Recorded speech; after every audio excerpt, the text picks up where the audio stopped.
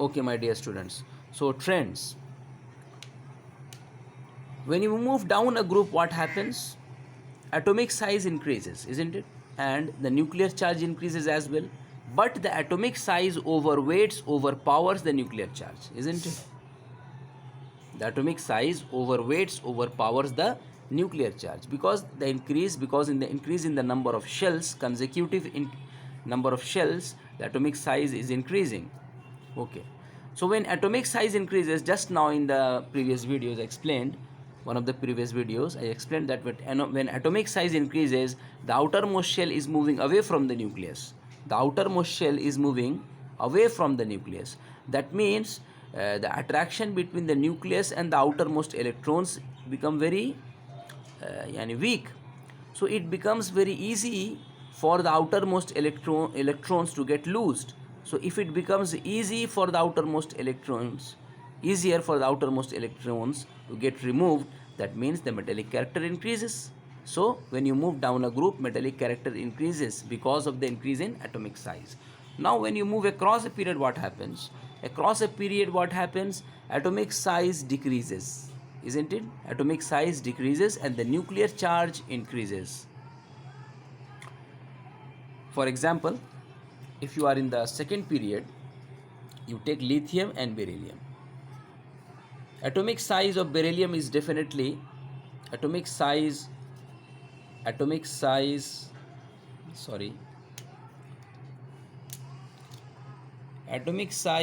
beryllium is definitely smaller than lithium. Okay, so you are moving across a period, beryllium comes after lithium, and the nuclear charge of beryllium is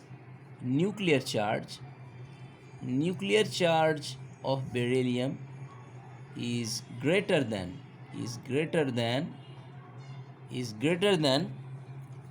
lithium. Why? Because the atomic number of beryllium is 4 and that of lithium is 3.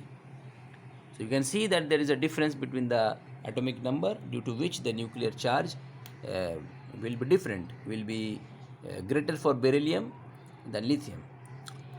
And you know that when atomic size decreases, the strength of the nucleus increases, and when atomic number increases, the strength of the nucleus increases as well. So in both of these cases, when you move across a period, due to both of these reasons, the nucleus is becoming stronger, and when the nucleus is becoming stronger, the outermost shell is attracted towards the nucleus very strongly.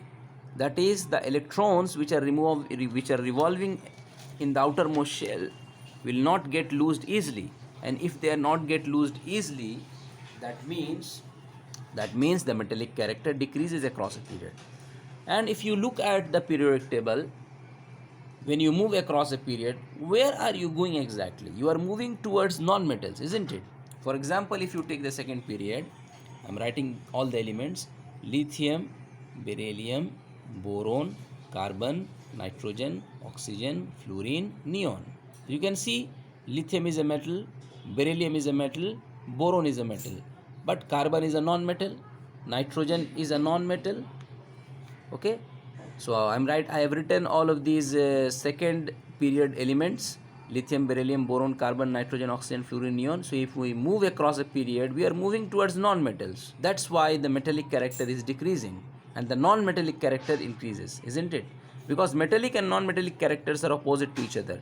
If metallic character decreases across a period, non-metallic character increases. If metallic character increases down a group, non-metallic character decreases. Okay, so if you know one of the trends, if you know one of the trends in one of these properties, you may answer the other very easily. Okay, so we are moving towards non-metals. See, lithium, beryllium, boron, these are metals. Carbon, nitrogen, oxygen, fluorine, neon, these are non-metals. Hope you understood.